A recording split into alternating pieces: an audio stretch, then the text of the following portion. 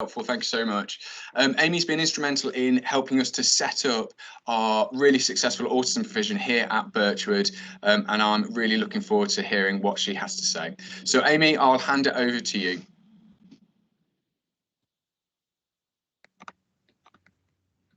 Okay, thanks, Phil. Am I there? Is that working? Yeah, perfect. Can hear you loud and clear, Amy. Okay, lovely. Hi everyone, thank you so much for joining me for this webinar this afternoon. My name's Amy Dunstan and I'm one of the assistant head teachers here at Birchwood School.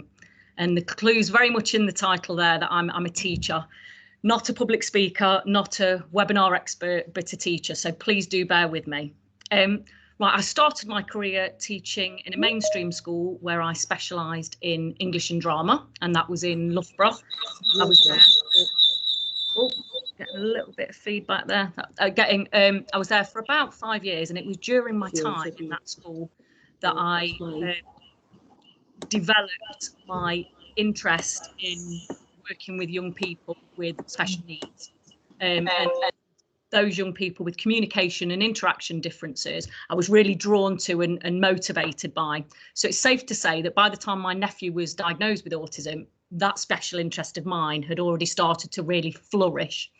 I then moved from mainstream and I went into an autism specialist school, and that school, that was a really exciting and privileged position to be in, because the school had got a diagnostic centre attached to it.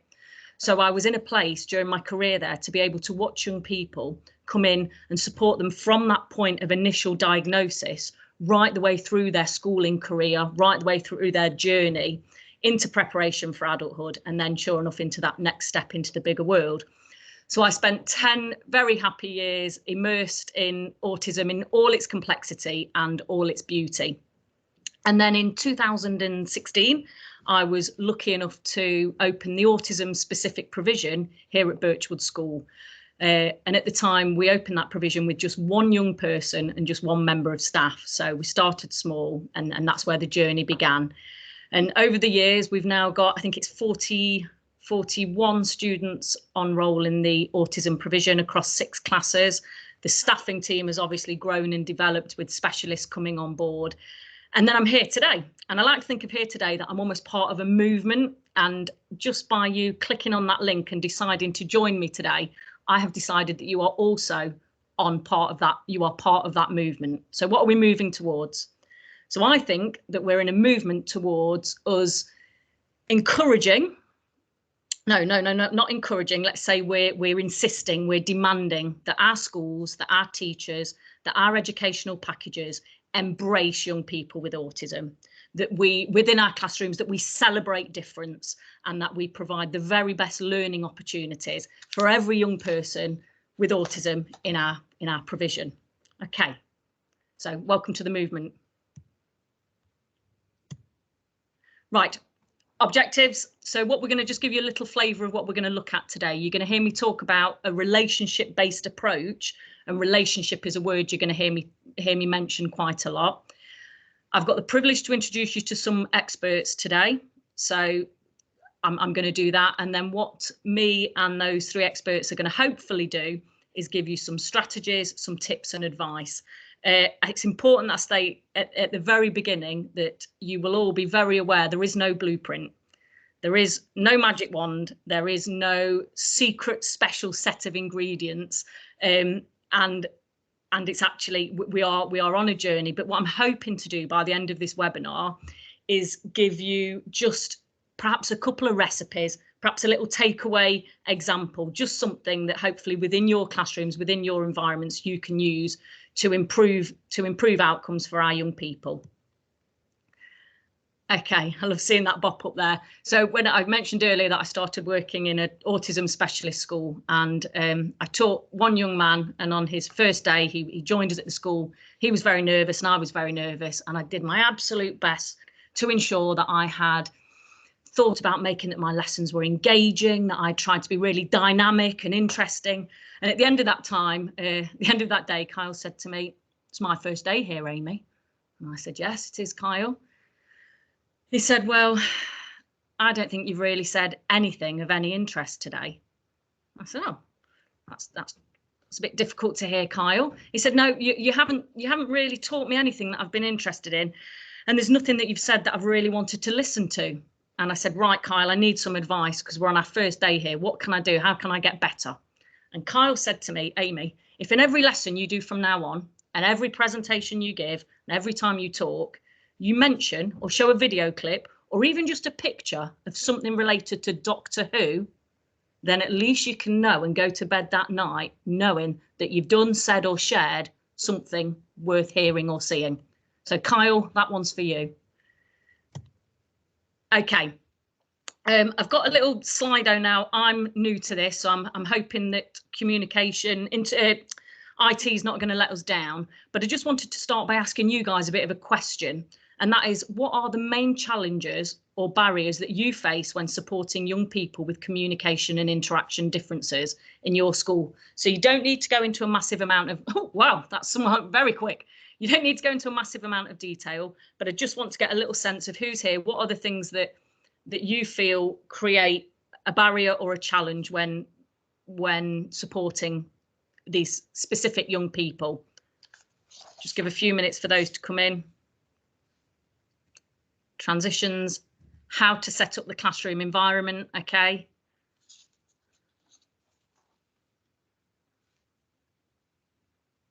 Whoa.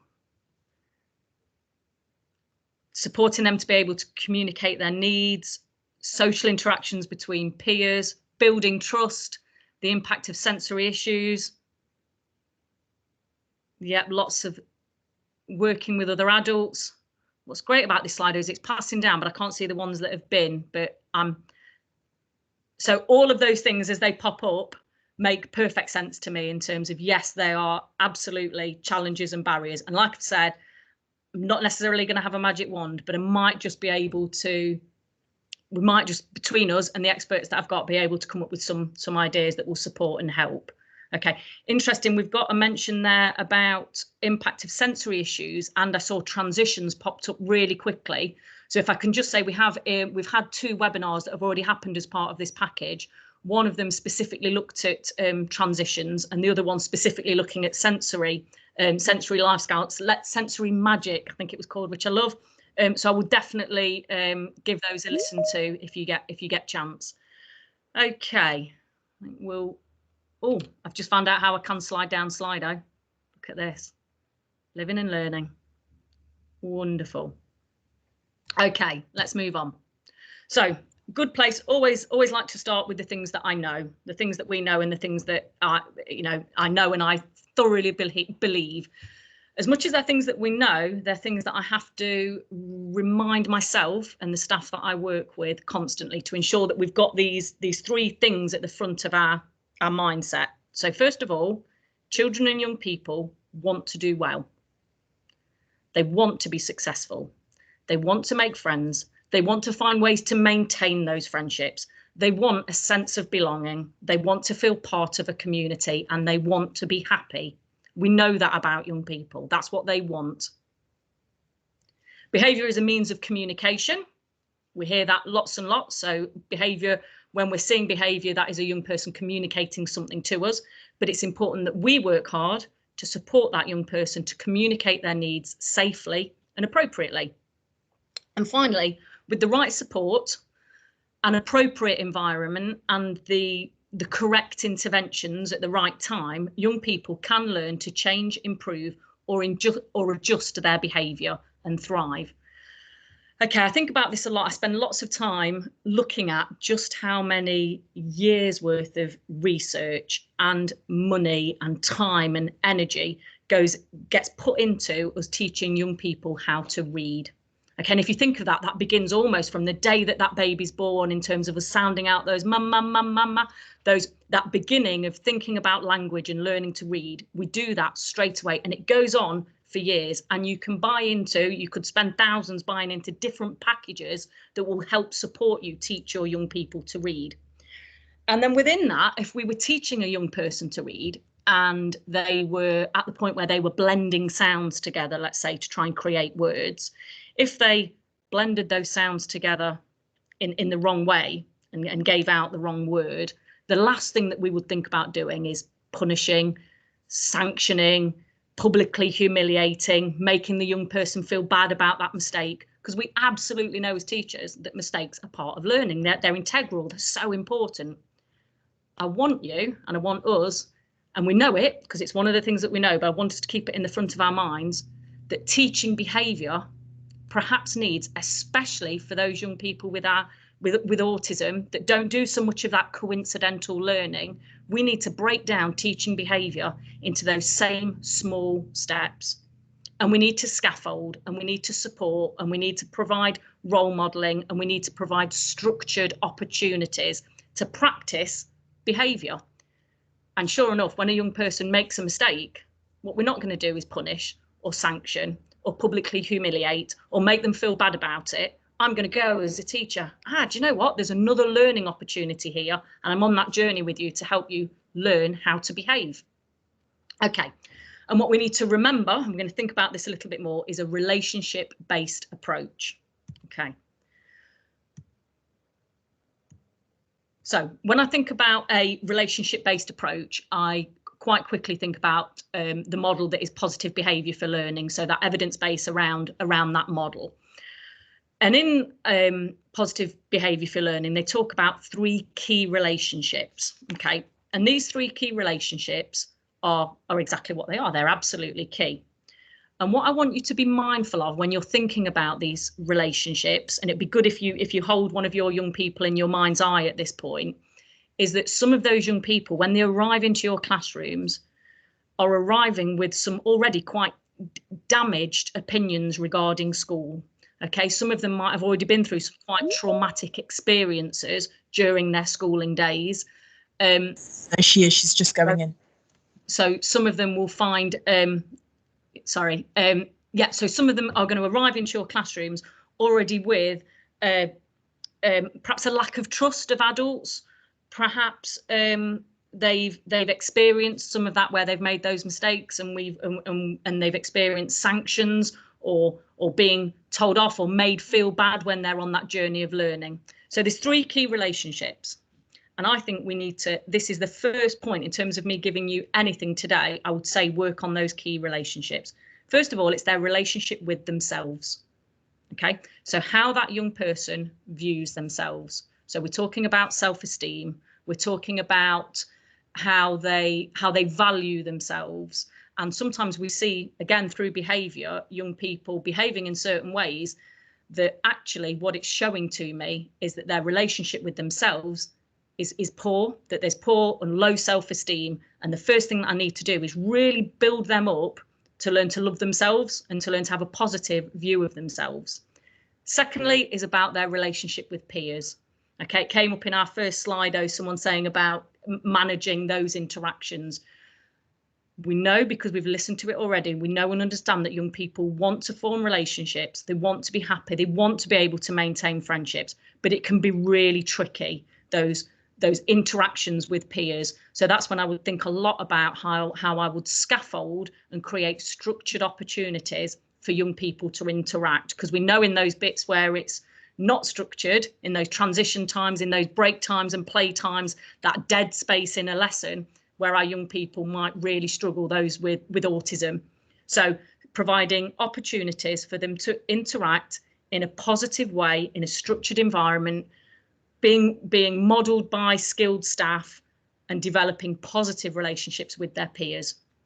Finally, their relationship with the curriculum. So I could talk all day about behaviour, I could talk all day about autism, but actually one of the things that I know really clearly is if in my classroom I get my teaching and learning right, so I provide a curriculum that is meaningful, that is engaging, that is exciting and tangible and has real meaning for those young people in my room, then all that other stuff is going to kind of come along with it, because they're going to be engaged and motivated by what I've got to teach. And we're going to have a little bit of a look of what can we do with our curriculum to make it more meaningful and to make it more valuable for the young people that we're focusing on today. Okay.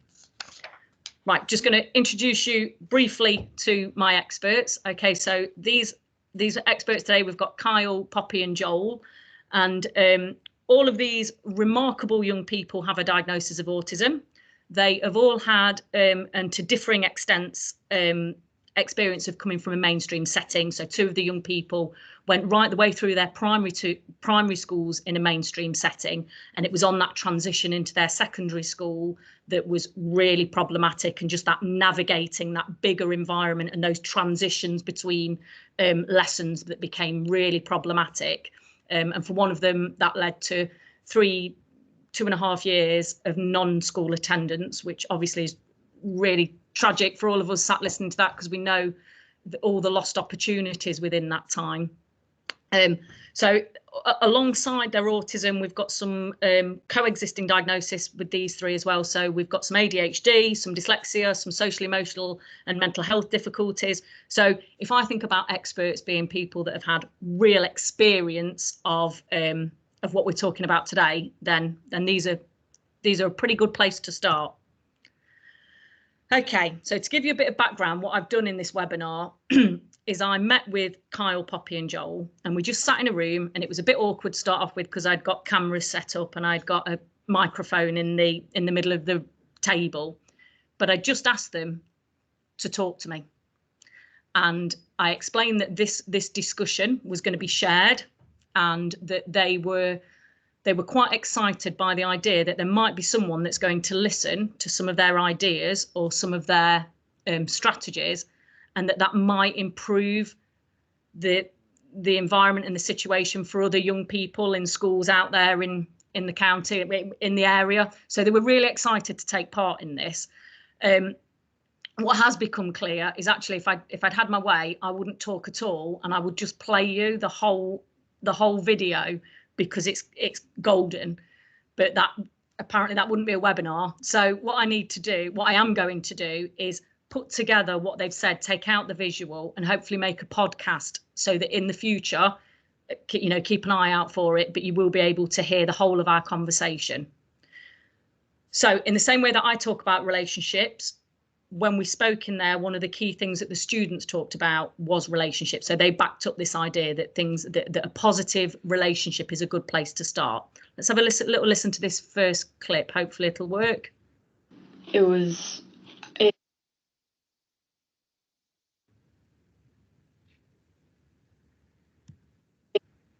Oh, hang on, sorry. It's nice having the supportive teacher who you trust with you to do your work. If you feel more secure in the area you're working, and having the same staff member is really good, you can do a lot more work with that, as well as them getting to know you, and they can see if you're struggling or not, so you can ask them for help, and they can just come over and say, oh, what would you need now? And you could say, oh, this work is a little difficult, could you ease me into it a little bit more? So that would be better. Okay, so the first thing that Joel's talking about there is about that building, having that relationship, knowing that there's that member of staff that he can, because it was very difficult for him when we first met Joel, that he can admit he's finding something difficult, because the way that sometimes that was managed in terms of finding something difficult was that I was going to resort to that escape behaviour, and I wasn't going to take part, and I was going to get out of that room before anyone realised that I was finding it difficult. So it's really good that he's acknowledging that the relationship was key. Relationships take time, okay, and that means an investment of your time, and I know that time is precious, and for lots of you sat listening to this, your classes are large, the demands on you are massive. But we also know that if we don't get these relationships right and support these young people in the right way, the consequences of that can also be really draining on time and resources. So I think us proactively building a positive relationship is so important. That phrase there, connection before correction, I love that. I don't think I read it in an educational setting. I think it's a parenting model. But I really love that idea that before I try and correct you, I'm going to connect with you. So at that first point, when I'm first meeting a group of young people, when I'm first establishing my class and my ethos within my classroom, I'm adamant that I'm going to connect with you before I try and correct. We have a thing called personal tutorials here at Birchwood School, and there, again, we could talk for hours about personal tutorials, but if you just imagine an opportunity for our young people to engage in some of their special interests on the agreement that they allow us to come into that special interest with them. So we're sharing of the things that they love and that motivate them. Active listening. Sounds really simple, but just that idea of me taking the time to make sure that for some of our young people, I will set aside, and it might only need to be 2 minutes at the start of the day, but time when that young person knows that I am absolutely listening to them. So it's not at a moment when I'm shuffling papers, taking the register, yes, I'll be with you in a minute, that actually I know that if I engage for 2 minutes now, the calming that will have and the impact that will have on the rest of the day is massive. So I'm going to engage in that active listening, non-judgmental approach and an individualized approach. Okay.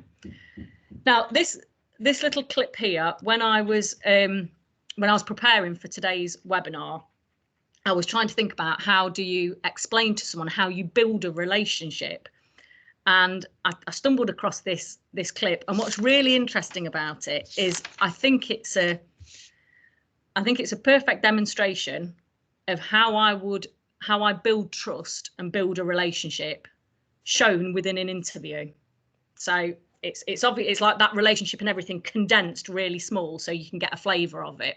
So what had happened on this day, we were preparing. It was I think we were back in 2016 or 17, and we were preparing for Autism Awareness Week, which I need to say now we stopped calling it Autism Awareness Week because we decided we wanted a bit more than that. We were demanding more, so we went from autism awareness to autism acceptance, and now we're all about autism celebration. But back then we were still in the days where we were, I'm reflecting on where we've, how far we've come. But for our Autism Awareness Week, I asked Rahi if there was anything he would like to say that could go out to everybody, about autism awareness. And he said one line, and it was absolutely golden. It's the line that he says at the very end of this short video. And I said to him, Rahi, can I film you saying that? Because that's really powerful. And he said, no, Amy, I don't think I want to say that. That's not something that I want to say on camera. So I said, okay. So I left it for a while because I'm very aware that timing's really important. So I left it, and we're after dinner and he's nice and settled. And I said, Rahi, can I video us having a conversation? Yes, of course you can, Amy. So what I do in this video is I engage him in something that he's really interested in and motivated by. And you see his body language, he lights up and he talks to me about that thing. And then I sit back and I listen, rightly in absolute wonderment, to all the wonderful things that he tells me about his special interest. That's, if you can imagine that, the part of me building a relationship, because I do that. And then what I do is I ask Rahi a trickier question. And because I've got all those pennies in the bank, because I've built that relationship, he allows me to ask him that question. And you can see it, you can see his body language changes. And there might be a moment where he was going to decide to say, no, I'm not answering that, I'm going off camera. But it shows that that relationship is built and established. And because I started on that connection with him, it's enabled me to go through some tricky times with some of our young people. But in this demonstration now, it allows me to ask a trickier question. So let's have a little look. Good afternoon, Rahi, and welcome to Autism Awareness Week. Good afternoon. Rahi, can you tell us something about one of your special talents? Dinosaurs. Could you tell us some things about the dinosaurs that you know? The diet. Allosaurus babies eat dragonflies. Allosaurus grown-ups eat diplodocus. And then diplodocus eat trees. And coelophysis are 2 meters tall. And Amphicoelus was 60 meters long, and they weighed so much. The heaviest one was Argentinosaurus, which weighed 100 tons. Wow. Rahi, do you enjoy learning facts about dinosaurs? Yes, I don't need to learn because now I'm like a grown-up and I know everything about dinosaurs. Wow. Rahi, is there anything that you still need help with that perhaps you find difficult in school?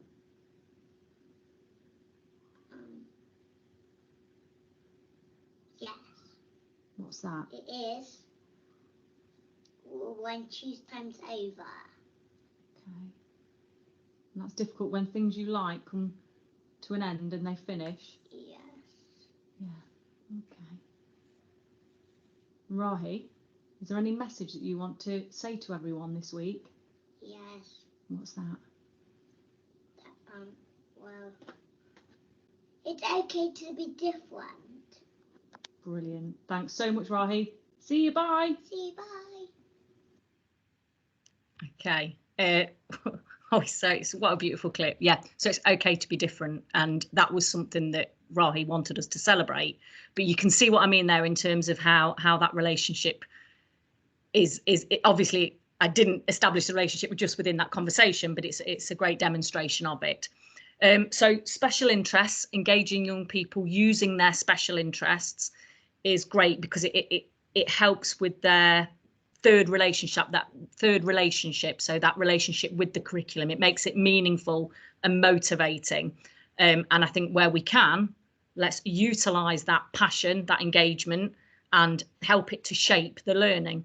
We did some research-led project into student-led projects. So a team of teachers here at Birchwood, and they introduced a student-led project session weekly, and the evidence that came from that in terms of levels of engagement, decrease in negative behaviour was really extraordinary during those sessions. So what we were doing is allowing the students to tell us the thing that they would really like to learn something more about, and then for that session every week they led on that and we facilitated it. And it was, it did mean that at times you were doing a little bit of thinking on your feet and late night planning and looking and learning things yourself, but the responses were fantastic, and a lot of the staff fed back and said that had really helped with their relationship building with some of those harder to reach young people. Okay, structure. Okay, let's listen to what the students say first, because I'm sure you're all getting a little bit fed up with my voice. Let's have a listen. Great. I think that one of the things I love about Birchwood is that when you get out the taxi or transport, if you've had a tricky time or something's up, you know that there's someone there that's going to be there, support you, so you just feel safe and like you're going to be okay. Okay. So it's really important that you know that there's someone there. And I also think the breaks in between lessons, because it can get a bit overwhelming throughout the day. So that would be really good if we could have more breaks. Okay. Yeah, I really like getting out the taxi and there's someone there to greet us. And the breaks in between lessons are really good because then you can have more of a wind down and calm down and prepare for the next lesson. Okay. Okay, so structure covers so much, and there just isn't enough time within this webinar for me to go into that. But one of the things that the students talked about there as being really helpful for them was having that meet and greet. Like I say, we've had a webinar on transitions already, but if you are in that process of transitioning a young person into your class with communication, interaction differences, one of the things that I would say I always start with, so I begin that the first thing that young person receives from me is a video. So before we've even met, what they've got is a video where they can see my face. They can, and especially during times like this where often still in school at the moment, we're wearing masks, but while I'm making this video, I can make sure that they can see all my face. So it gives them that introduction to me. That what I will do, they can hear my voice, and I will take them through a really plotted tour of the school, of the key areas of their classroom, of where they might eat their dinner, of where they might go and play, of some of the things that I think might be motivating for them. So before even coming into the building, they've had a look inside and they've met me. And some of the students that I've worked with, some have said, oh yeah, I watched that once, Amy, with my mum.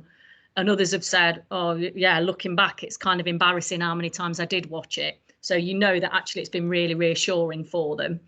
The other thing that I would recommend if there's someone that's particularly anxious is providing that opportunity to come and do those initial visits at quieter times. So I know that what I've done for quite a few, for all of those young people there, is their first visit was after school hours. So that the first thing that they do is get the video, then they get a chance to come and have a look around the building and meet me in person. And I might make sure that I've got a couple of strategic key staff there as well for them to say hello to. And I will also make sure that I've sent out an introduction pack. And within that pack, there's visuals, lots of what the students talked about during this, when hopefully the podcast comes out.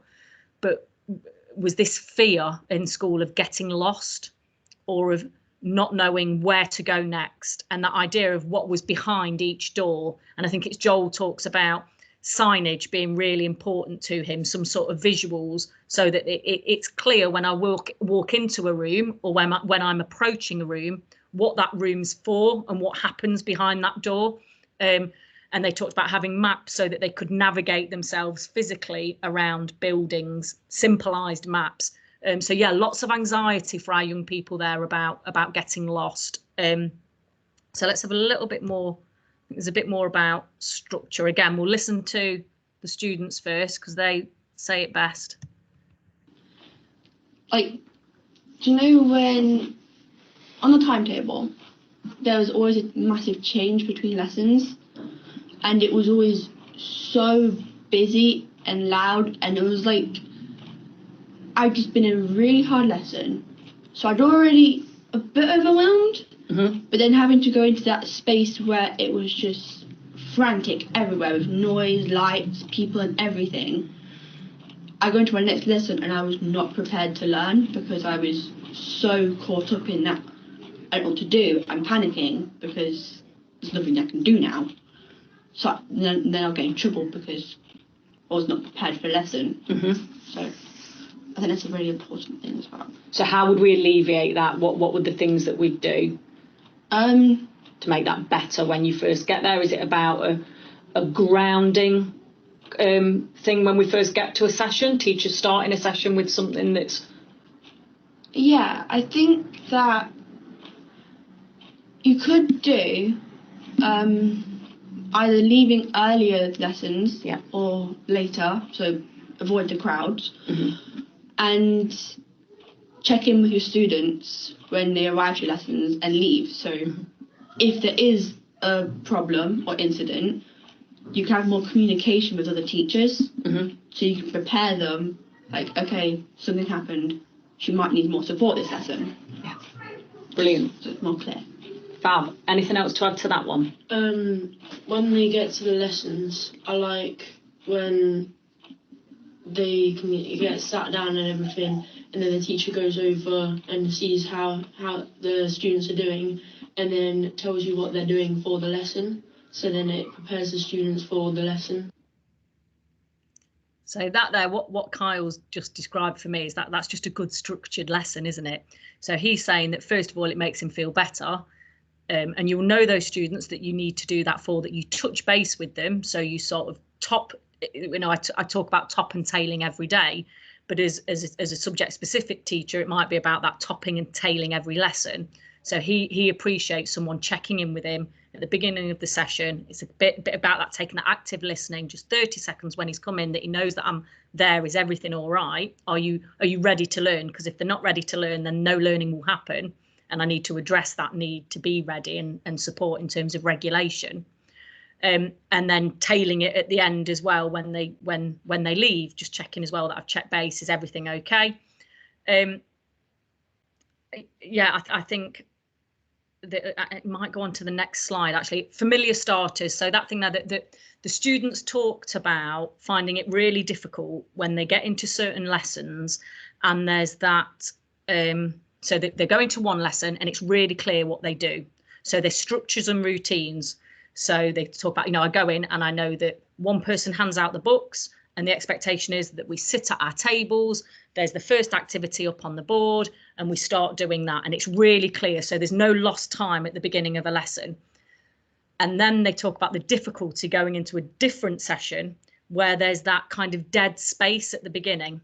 So that in that dead space, what they see is their peers interacting with one another, able to do that kind of ad hoc conversation and catch up, which for some of our young people, that's really difficult because there's no structure to that conversation. And during that time, their anxieties would actually be rising. So it's something about making sure that when they arrive to our lesson, we're checking in with them. It's clear visually, and in terms of Cal talks about going through. I get into a lesson and I want to know what I'm going to do, in the same way that, you know, if I go to staff training, I want to know what am I expected to learn, when's the break going to be, and when's it going to finish. So it's those expectations, which I think is just good structuring of a lesson. Okay, next thing is to do with consistency. Actually, just to go back, so consistency, it does fit into that really nicely. One of the other things that I really tapped into that the students talked about is inconsistency within a school across teachers. So that the things that you could do in one classroom with one teacher, but you weren't allowed to do in another classroom with another teacher. Now that, for our neurotypical young people, they will start to pick up on those nuances. They will start to pick up on how I need to adapt my behaviour in order to correspond and actively, you know, get engaged with each lesson. For some of our learners, that is just really confusing. That lack of consistency, that being allowed to, you know, the lines being blurred is really, really difficult.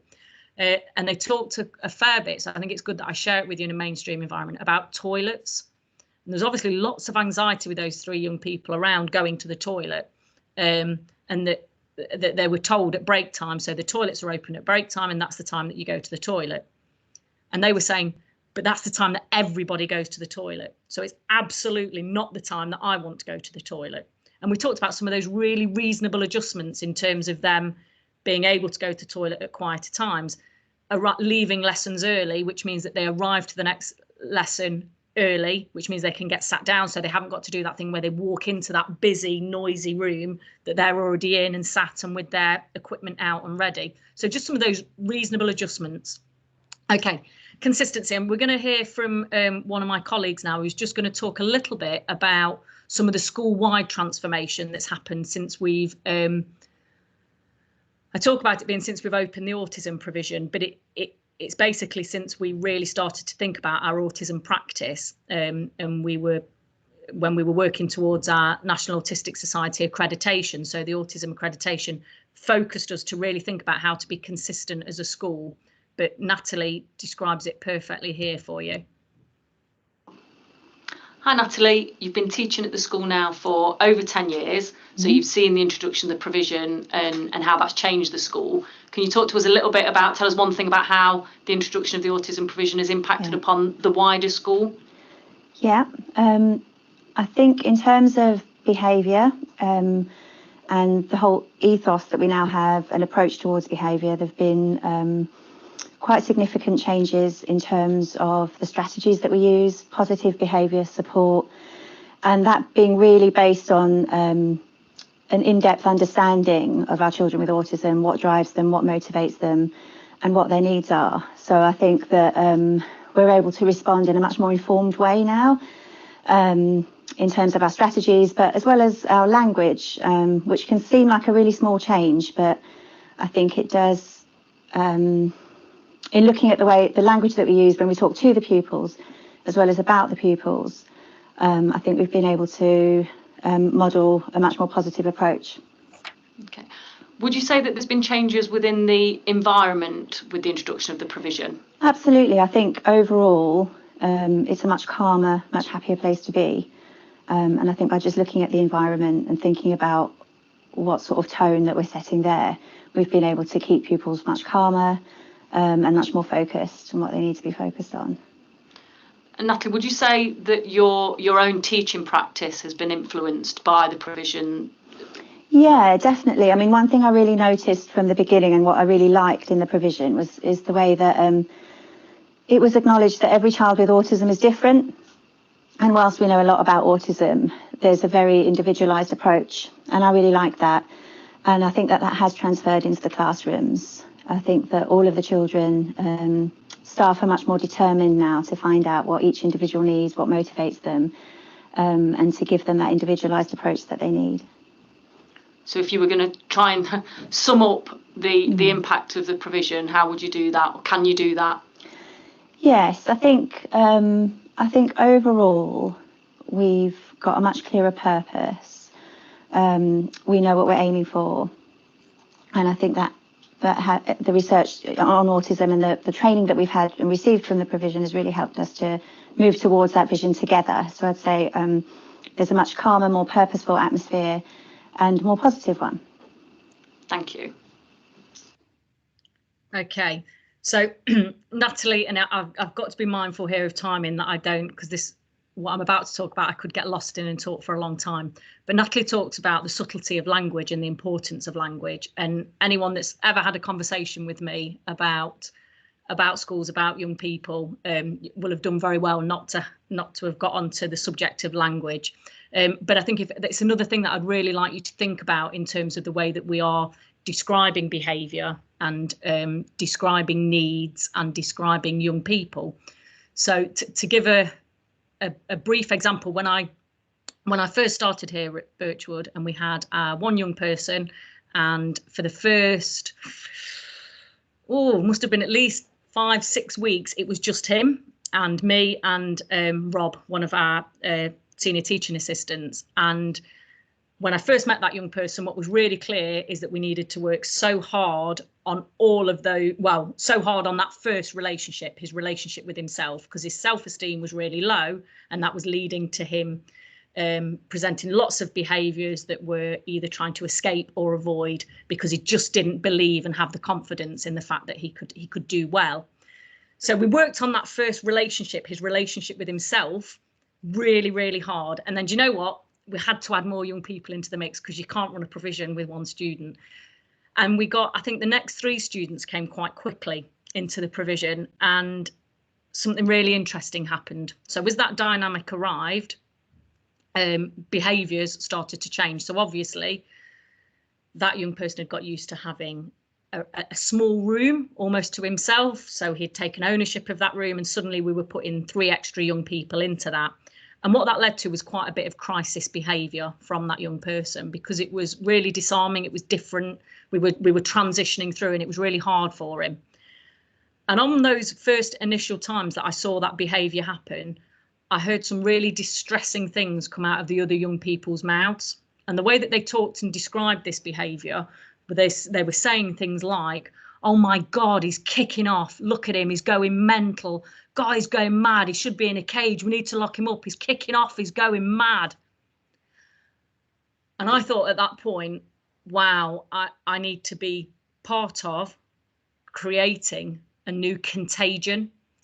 And that contagion, because I think behaviours and language is really contagious, was about language. So we worked really, really hard as a provision and as a whole school and as a staff team to think about really carefully the language that we use. So if I hear about, and I still hear members of staff, I still go to meetings and hear staff members use language like kicking off, and I really want us to think about, what does that say? What does that suggest? So if I go to a football match, I might expect people to kick off. But if I'm working in a school with young people with communication and interaction differences, then actually what they're doing is they might be showing us some crisis behaviour. But I need to think about how I describe that. And we worked really, really hard. And I can, in all honesty now, say that any of you could come and spend some time in our provision. And do you know what? You might see some crisis behaviour. And you might see some young people having a really tricky time because they're still on that learning journey. But I can guarantee you that the way that you hear those young people describe that behaviour will be using words like, "Amy's having a really difficult time. I think Amy might need some support. We just need to give Amy a bit more time and a bit of space because she's finding things really difficult. Today's really difficult for Amy because swimming's been cancelled."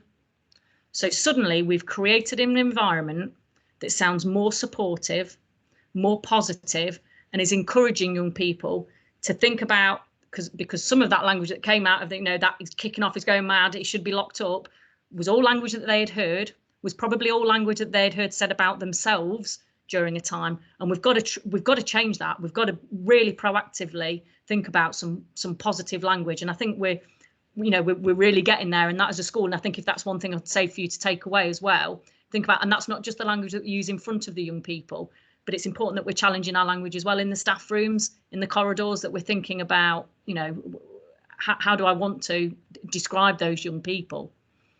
Okay. So environment. This is a sheet, and I think I've put a copy of it there on the slide, but there's a more up-to-date one as well. So every year I try and give out, or several times throughout the year, a bit of a guide, a help, some pointers to all the class teachers across the school in terms of setting up their classrooms. So at the start of the year, thinking about setting up their classrooms, thinking about keeping it as distraction-free as possible, thinking low arousal, avoiding clutter.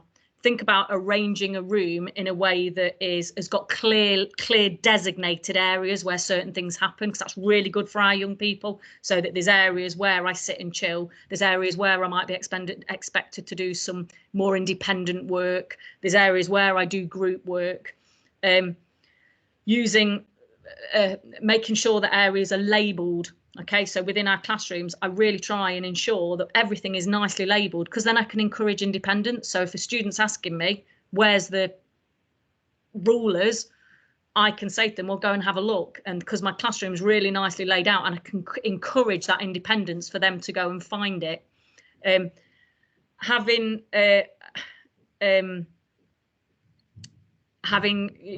Clearly, oh, sorry, I've lost my trail of thought a little bit. Yeah, so making our classrooms predictable and making sure that we've got routines that are set up. So those rooms that we know that young people, they talk about in their presentation, feeling so comfortable when they walk into a room and they know what to expect, and they know what's going to happen where, and they know where they sit, and they know what's happening now and what's coming next. So using those now and next.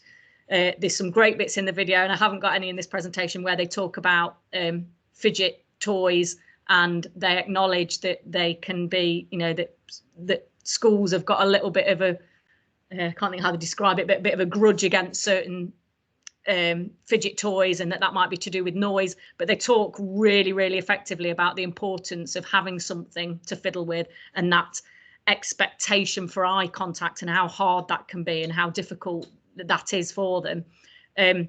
So yeah, what I am going to say is, I'm not sure how I would get it out, but anyone that's here today, if people want a copy of that setting up a classroom environment, I'm more than happy to share that with people, and hopefully then in your schools and setting up your classrooms, it can help you to think about the environment, because the environment was something, again, that came up at the beginning in terms of things that are a bit of a barrier.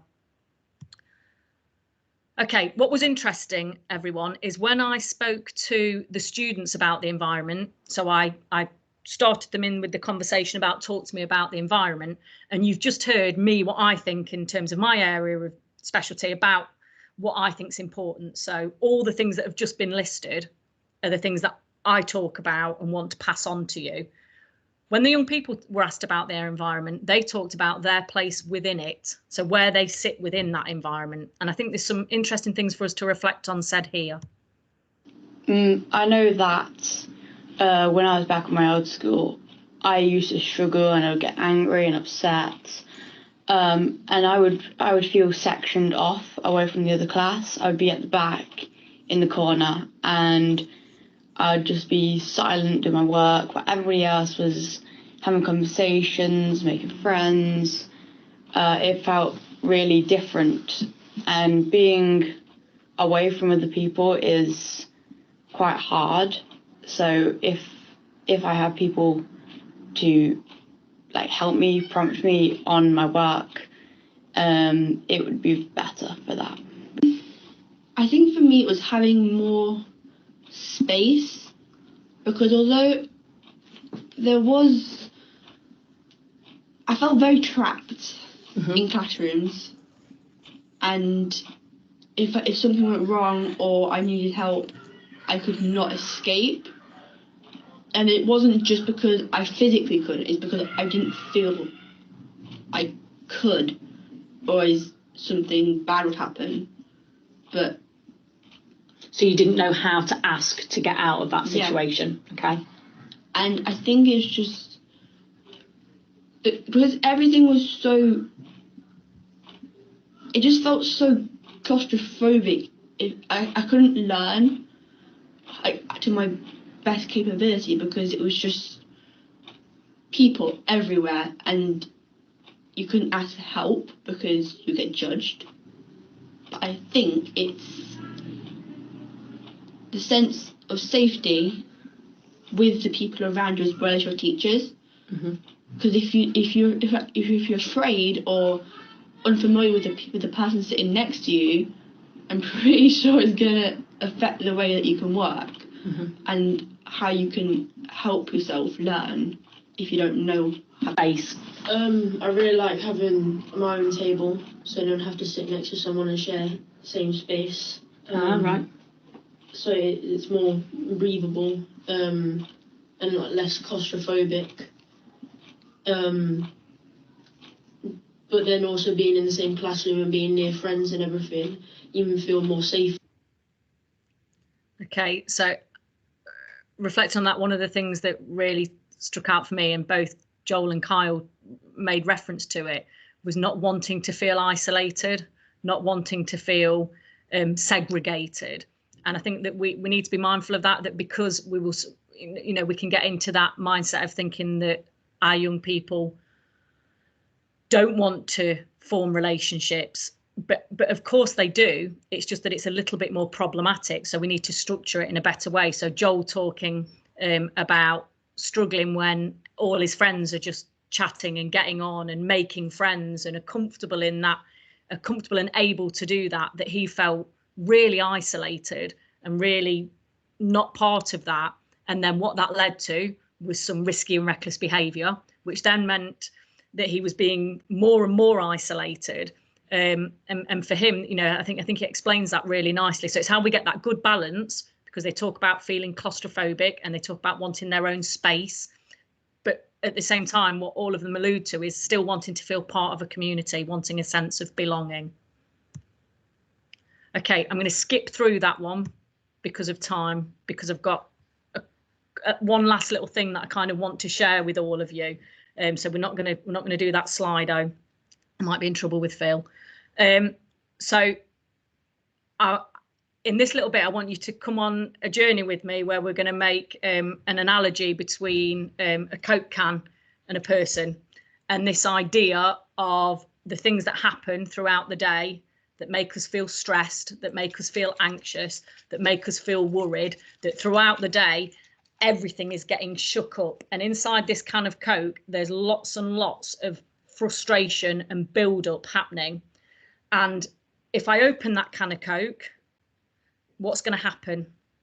So if I open that can of Coke, do you know what? It might be quite messy. It might be quite noisy. It might be quite anxiety provoking for those people around. If I open that now, it's going to cause real anxiety for anyone in the environment. For the can of Coke, for the young person, that explosion might feel like release, might feel quite nice.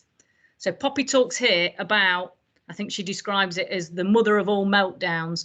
But I just want you thinking about our young people, that as they're going through the day, that all of those things that are building up, that are happening, that are difficult, that they talk about sensory overload and finding interactions difficult and lots of people and lots of expectations and demands, that can of Coke is constantly being shook up. And how can we avoid the explosion? I think that when you start the day, it is important to have a person you trust to meet you there and prepare you for the day. Maybe go through your timetable with the teachers or supplies so you can be prepared. But also it's just to check in with you, so you're ready to learn and you know what you're doing. And then at the end of the day, maybe have someone walk you out or go have a chat somewhere before you leave, because I know that most of the times if I had a tricky day at school, I would just go home and have the mother of all meltdowns and Mum would be like, what are you doing? But it was because I couldn't offload it to school because I didn't have a chance to. It's like, done with lessons, go now please. So there was no time to have a conversation with them and be like, this really upset me today. And then they couldn't solve it and they couldn't fix it because it was so rushed. I didn't have a chance to tell them, and there wasn't enough questions asked, like, how did you find this lesson, or how did you find this lesson? It was just, are you okay? I say, yes, I'm fine. Not fine at all. No. Off you go. Yeah. Okay, so that idea that we've got this can of Coke that's being shook up, and what Poppy was doing is feeling like there wasn't the time, there wasn't the opportunity. It sounds to me like she didn't quite have enough of those relationships and those opportunities to download, to meet and greet, to top and tail, to express, to engage in things that were motivating and interesting for her. And all day that can of Coke was being shook up. But you know what? Our young people aren't cans of Coke, because we've got a little bit of an advantage. Our young people, I want you to think of more as a bottle of Coke, okay? And they're a bottle of Coke that we can massively invest in positive relationships with them. And throughout the day, just at those moments when we see that they are starting to get frustrated and it's difficult, we can provide opportunities to engage in something that's motivating.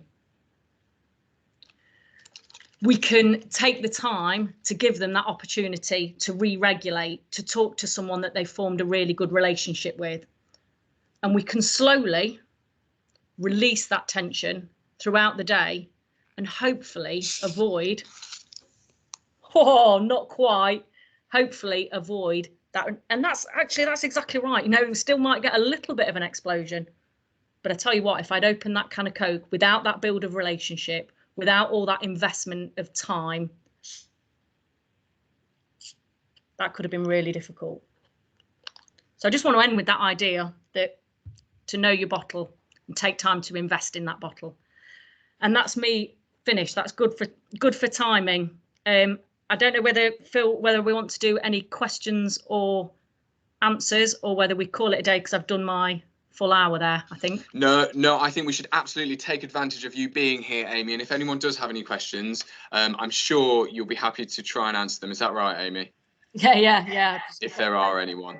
So if you do have a question, please feel free to unmute yourself, or alternatively, you can type it in the chat box. Either one's absolutely fine. And obviously, also, I think I've made sure that my email's at the bottom of this. So if there's anyone that goes away and just wants the chance to talk more directly or in more detail, I'm more than happy to make sure that I make time for that. Yeah, I think that's probably a good way of doing it. It just got a little message in the chat just saying, love that about the bottle.